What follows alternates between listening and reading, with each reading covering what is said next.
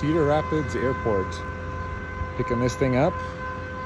The dealer was kind enough to bring it out to me here at the airport, and I'm going to be driving this thing back 1,850 miles all the way back to Sacramento. Fully loaded, except the interior work surface. Most important badge of all, Powerstroke. 57.9 miles. Rear axle is completely free of rust. This thing is in better shape than when I bought mine brand new.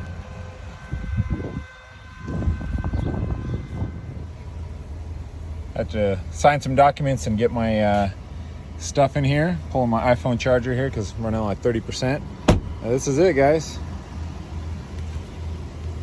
We are about to hit the road. 57.6 miles on the odometer. I just finished signing the documents. Fully loaded, max reclined seats. The only thing we're missing is the interior work surface. Might actually swap this with the one I have at home and then sell the other one. I'm sure somebody won't notice, but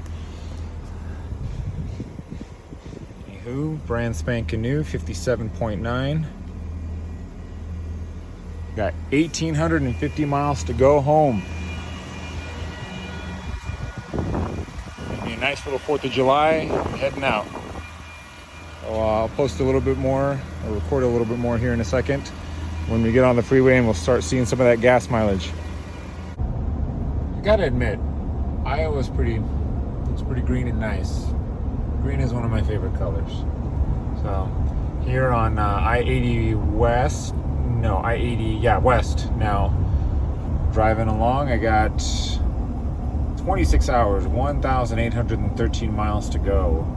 So the plan today is to drive 560 miles to the small town the name of a small town I've already forgotten. Both of my parents are actually truck drivers. They're team driving, so they're giving me all the hints as to where to go and where to stop. Run it at 60 miles an hour for at least the first few hours while the engine is being broken in. 82.1, and we're at 32.6 miles per gallon over the first 22 miles. Mostly flat and this up and down kind of driving. Big, beautiful fields. Really nice. So, and then first day is going to be 560 miles, and then from there, probably going to get a hotel room for the first night. And after that, we are going to go from that city, whatever it was, and all the way out to Salt Lake City, Utah, where my younger brother lives. I'm going to stay the night with him at his apartment, get to see Salt Lake in the morning, have breakfast, and we're going to hit the road again and make it home to Sacramento probably late Tuesday night. But sorry for the snippet videos here and there, guys. I'm just kind of taking small little bits and pieces here as I drive along, getting this road trip going. This truck is actually in better shape than the one I bought brand new back in December. And I'm even noticing off the bat some of the issues that mine came with from the factory are not present. Like the alignment of a lot of those plastic pieces on the door and on the dash, they were immaculate. They look great. No fitment or any of those issues. None of that clicking plastic in the seats. But then again, these are the max recline seats, which are more comfortable than I thought they would be. They are more comfortable than they look. And then I'm gonna have to get used to that, but I'm really happy that I have the foldable, partitionable, lockable storage back there, because I actually keep small tools here and there and tie down belts with me all the time, and so not having to store them behind the seat above the smaller inverter is gonna be nice. That way I can fold the seats up and down freely. But yeah, excited to be finally on the drive home. I've never road tripped. This is going to be my longest road trip ever of my life. Longest road trip I've done so far was from Sacramento to Seattle and back. So we're going to see how this one turns out. Alrighty, guys. So I'm just about to cross over into Nebraska. Stopped by and picked up some stuff. Here's my trip so far. Man, I forgot to grab towels and cleaning stuff at Target while I was there. Oh well. Anywho, I've driven 250 miles so far, averaging 28.8 on up and down and freeway hills. You'll probably do another 300 miles more today. And saw a little hack online about ankle weights at a sporting goods store.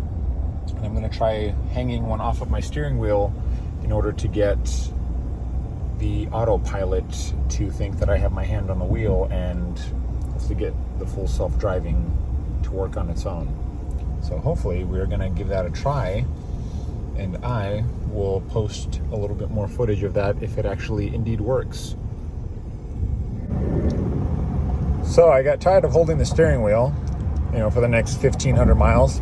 I bought a 2.5 pound ankle weight, and I attached it to my steering wheel. It's in full self-driving mode, or lane centering mode, and I haven't touched the steering wheel in miles. It's just driving on its own. Hacks.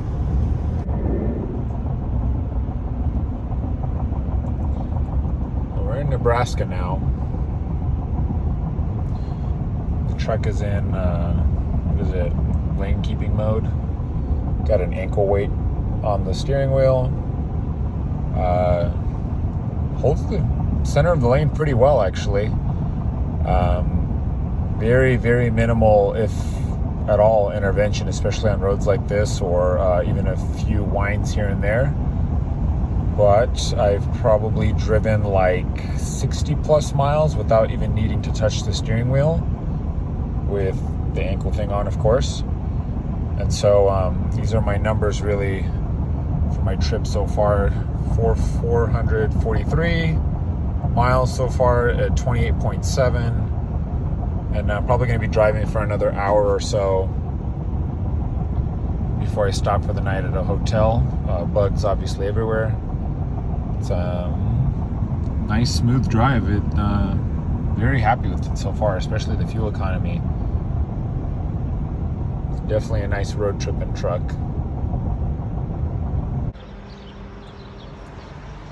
Good morning from Nebraska. 6:30 a.m. and we're about to do our first fill up here. My most unfavorite part of road trip is all the crap on here. I actually got a warning telling me to wash my front camera because the visibility was low. So we're gonna go ahead and scrape all this off and hit the road. Be safe. Only $1 a gallon cheaper than what I paid in California. $1.10 cheaper. All right, well, that's our final damage for our first fill up. Going inside here, it's reading 533.2 miles, but trip 2 is from when I got the truck and started. Well, trip 2 actually, 581 miles is from when the dealer got the truck. So doing a little math here, when I got the truck it said 18.8 on it. So I subtracted the 533 from the 581, and I did whatever mileage that was. I think it was 50 something. I divided by 18.8, came out to 2.97 gallons, which I subtracted from the 21.599 out there. And then whatever gallons that was, I divided by the 533. So if my math is right, it says 28.2 for my average, but that on the calculator comes out to 29.2. Sorry, 28.8 versus what the calculator says is 29.2. So pretty close and accurate here on the odometer. We're gonna keep going here and see how it goes out. In the mountains of Wyoming, if you could even call this mountains. About 400 something miles from Salt Lake, heading down into this beautiful valley.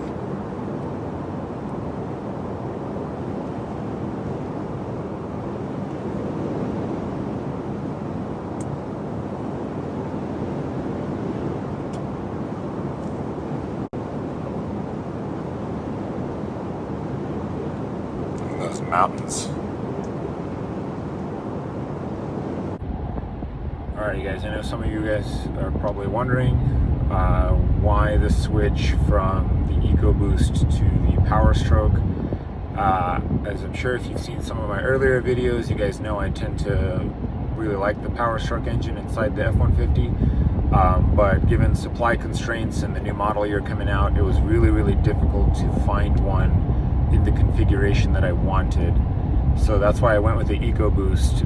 But while the EcoBoost is very fast and fun to drive, I find myself to be the kind of person that when you have that kind of power under your foot, you tend to succumb to temptation of flooring it a little bit more often than not on that truck. So all in all, even with my freeway commuting, I was averaging about, I want to say 14.2 on the truck overall, city and highway combined. At its best, if I'm more kind of easing off the gas, 16 combined would be 16 and a half would probably be the best I got combined.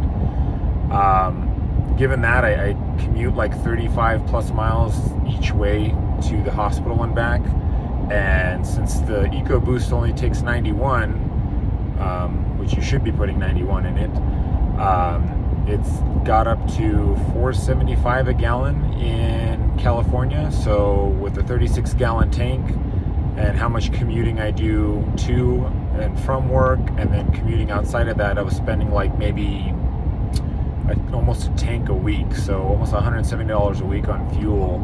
And that adds up, when you're spending,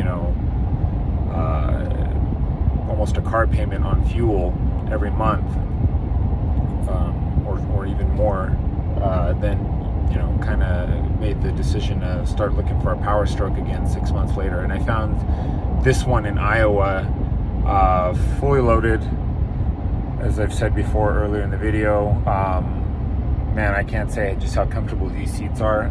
Correct me if I'm wrong, if anybody knows this, but these seats definitely feel softer and more plush than the ones I have that are non-max recline. Maybe they're padded even more because they are max recline, but beautiful seats, very comfortable to drive in.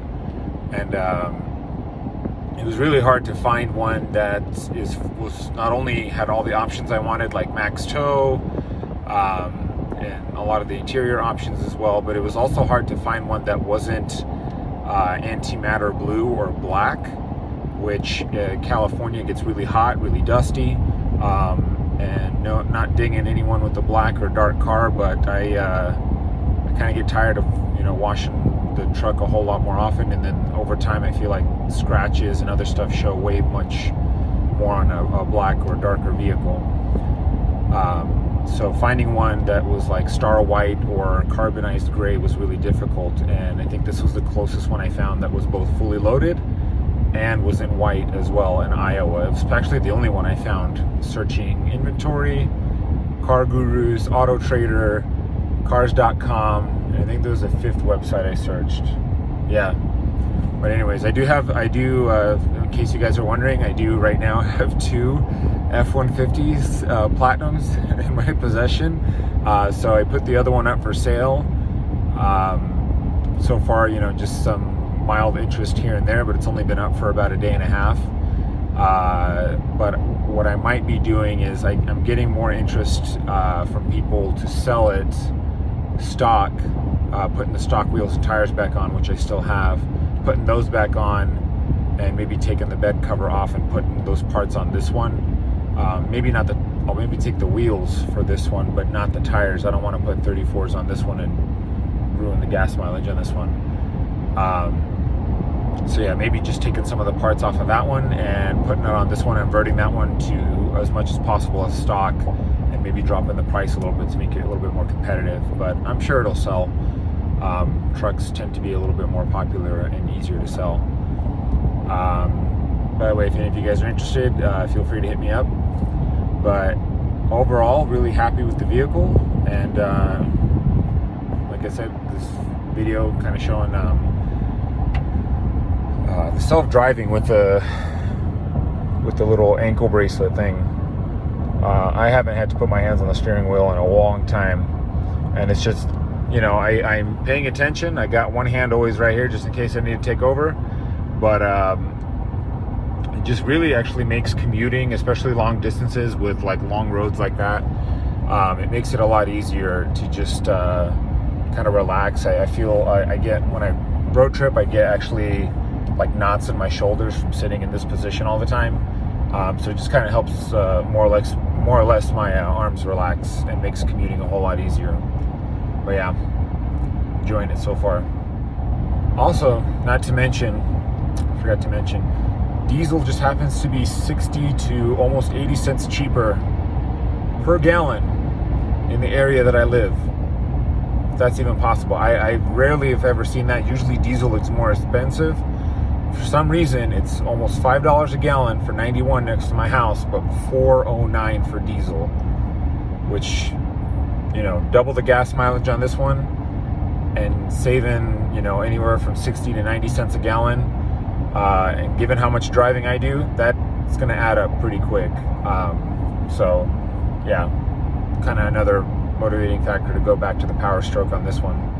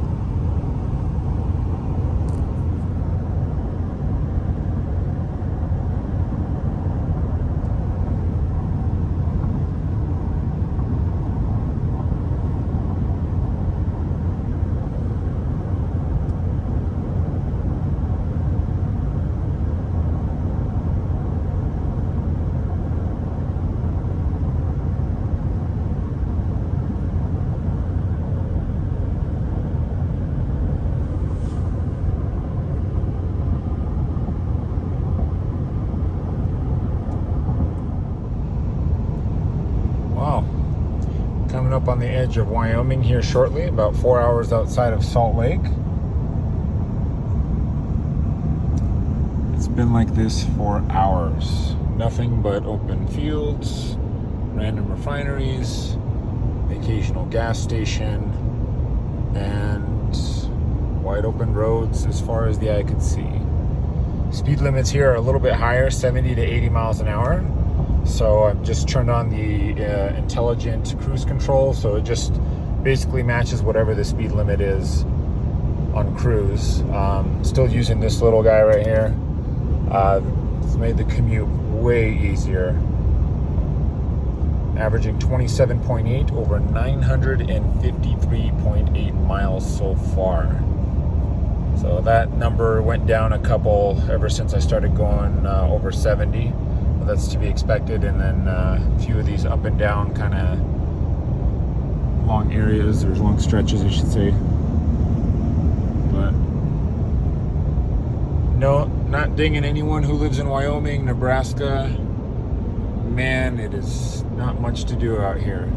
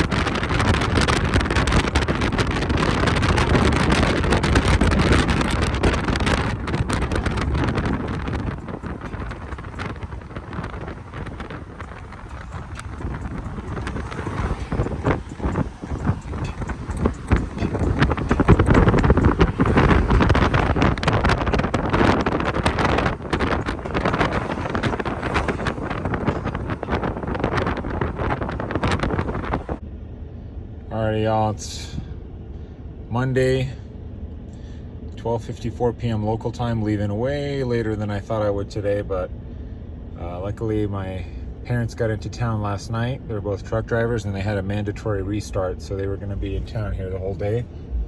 Stayed the night at my brother's apartment, and so it's going to be the last leg of our trip. 9 hours, 37 minutes, slated to arrive 10:31. 650 miles. I got 446 until empty. It's my trip so far, 1,240 miles. 27.4 is my average overall. So things been running smoothly and great. No issues whatsoever. Hopefully catch some nice views. Even though my parents kind of said in advance that there's not much really to look at on the way between here and Sacramento, so we'll see. I've never actually driven this way home.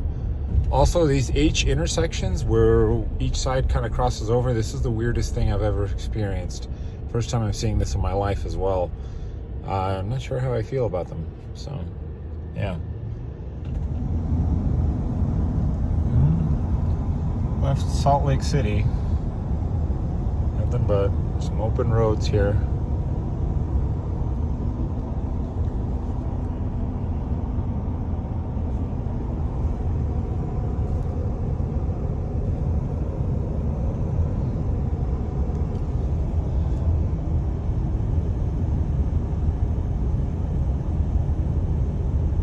Miles an hour.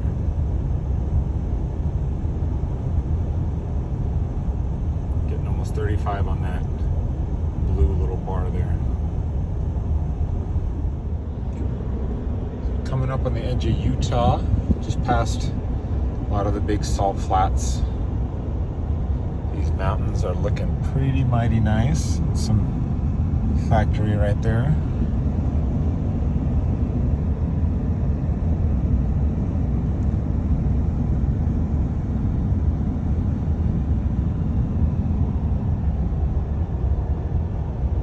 Over here for some coffee soon, but just want to get some video shots of all here. Now, I know some of you might be wondering, why didn't I stop on the salt flats and maybe drive out there? Well, given Ford's reputation for rusty undercarriages from the factory, I inspected mine and really enjoyed how clean and well painted, and 100% rust free it was. So I decided just to not drive any salt. I know it can be washed off, but I just didn't want to go through the hassle after driving for 3 days. Some of these mountains are beautiful. It's about 99 degrees outside. Gorgeous.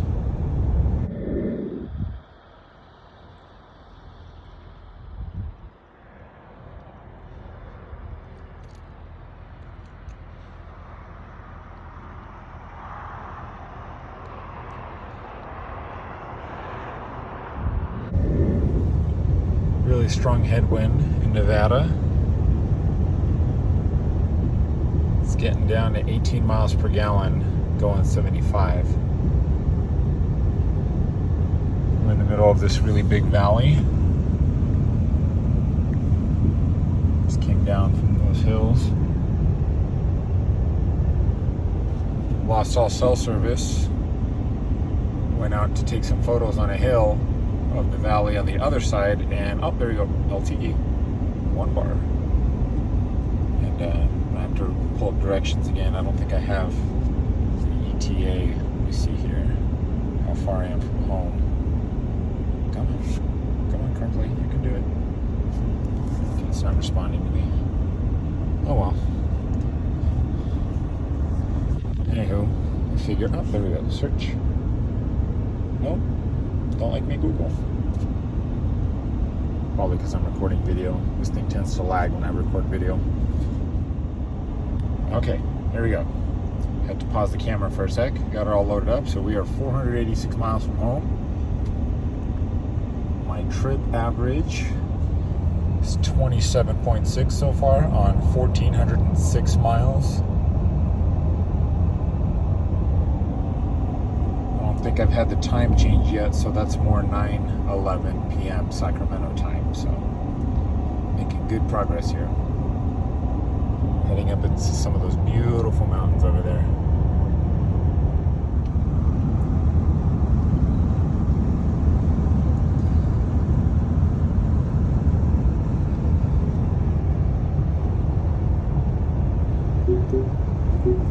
All right, all right.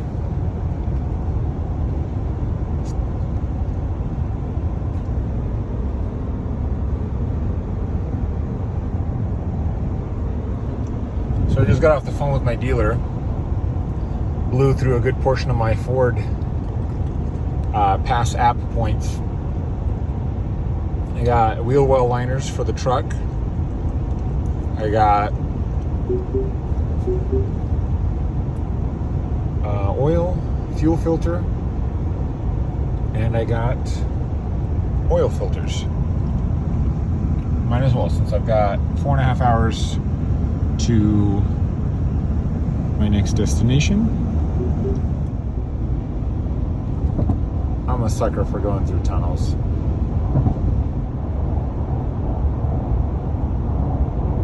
Man, that windshield is dirty. This is despite my best efforts to clean it at every fill up. And I must say, guys, I've seen some of the most beautiful cloud formations in my life on this drive home. I mean, that is just, I mean, maybe this one's not so special, but the sky is looking mighty gorgeous today.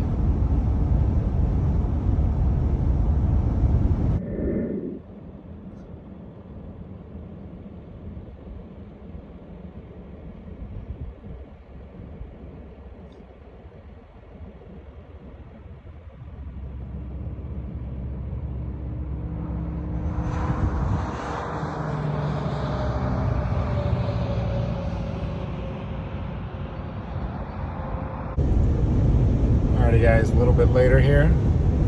We're about 56 minutes or 64 miles from where I'm going to be stopping real quick to finally eat since breakfast this morning.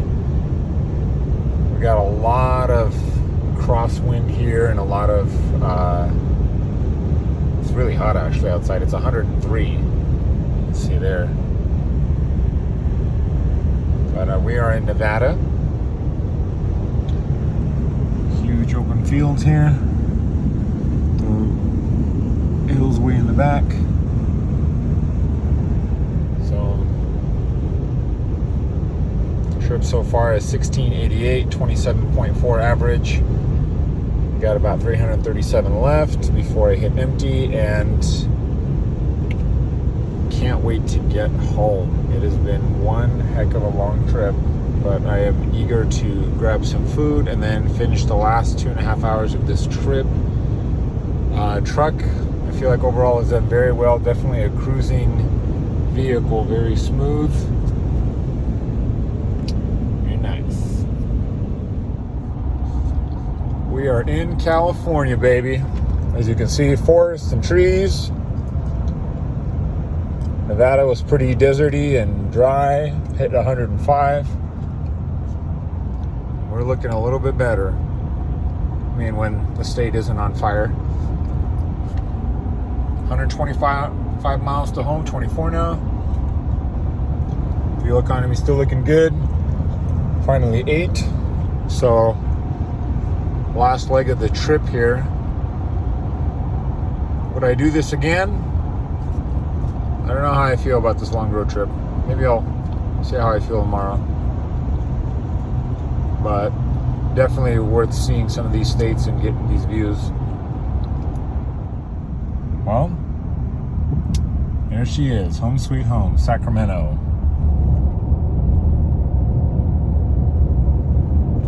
Can't see any of it because of my dirty windshield. Downtown.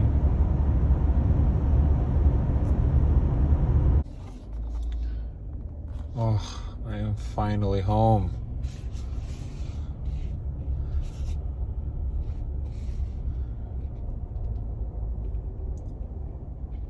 And there is the other one. So now I have two.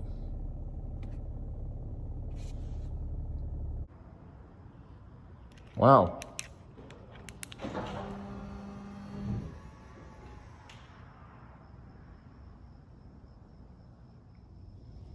This thing is gonna get a wash tomorrow. Oh, go to sleep. Inside and out.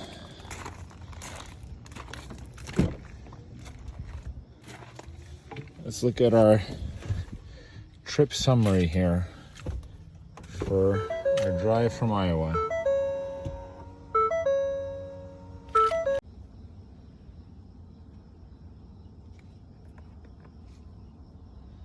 Well, there you have it. 27.2, 29 hours of on time. 1,892.1 miles. Oh.